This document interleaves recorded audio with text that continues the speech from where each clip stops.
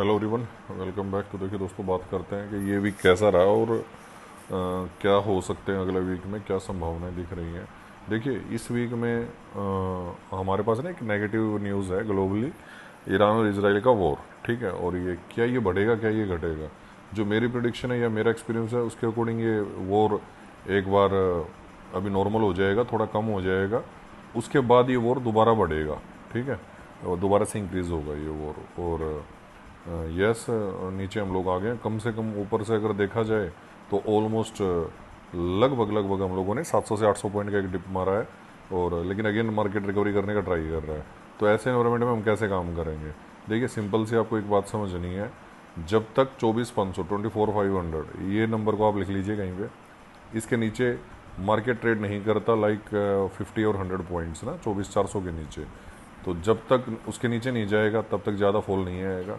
जब तक 24,400 से 500 होल्ड है, मार्केट ऊपर नीचे खेलता रहेगा।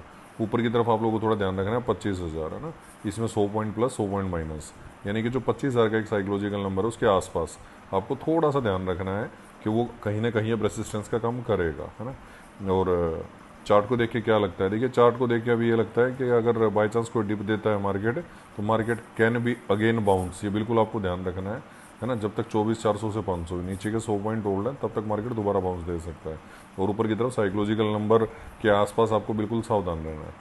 तो ये अगले जो अगर 25,000 को प्रॉपर होल्ड कर लेगा मार्केट एक दो दिन के लिए, तभी ऊपर के ब्रेकआउट सस्टेन होंगे, अदरवाइज नहीं होंगे। 24,400 को एक दो दिन के लिए या 24,500 को एक दो दिन के लिए ब्रेक डाउन कर देगा तभी मार्केट गिरेगा। तो मोस्ट प्रोबेबली आपको बस इतना ध्यान में रखना है कि ये 500 पॉइंट्स का जो रेंज है ये बड़ा काम की चीज़ है। और इंट्राडे प्लेयर को आजकल देखिए मार्केट बहुत परेशान करता है। आप लोगों को थोड़ा सावधानी से काम करना है, कैपिटल प्रोटेक्ट करते हुए, लेस ट्रेड करते हुए काम करना है ना, डिसिप्लिन में रह के काम करना है। जितनी ज़्यादा ट्रेड करोगे आप उतने ज़्यादा परेशान रहोगे, जितनी लेस ट्रेड करोगे आप उतना ठीक रहोगे, उतना अच्छा काम करोगे। और साइकोलॉजी पे काम करिए ना, जितना ज़्यादा साइकोलॉजी पे काम करोगे उससे ज़्यादा बात बनती है। और देखिए क्या जर्नली किया क्या इन्होंने इस वीक में, कुछ नहीं है। ऊपर से सेलर एक्टिवेट हो गए थे और चांस चाहिए था, चार्ट बार बार टॉप एक क्रिएट कर रहा था, धीरे धीरे मार्केट को सेल कराया गया, गैप डाउन खोला, उसके बाद मार्केट को रिकवरी मोड पे डाल दिया। अगर जब तक मार्केट रिकवरी दिखा रहा है और अगर नहीं ब्रेक डाउन कर रहा है तो हम भी उसी चीज़ को फॉलो करने के लिए ट्राई करेंगे। और पूरे वीक का भी मैंने आप लोगों को नंबर बता दिया ना, 24,400 500 नीचे 100 पॉइंट का सपोर्ट है, 25,000 के आसपास एक स्ट्रॉन्ग साइकोलॉजिकल रेसिस्टेंस है। और एक बार बैंक निफ्टी को देख लेते हैं, बैंक निफ्टी कैसा रिएक्शन एक्शन दे रहा है।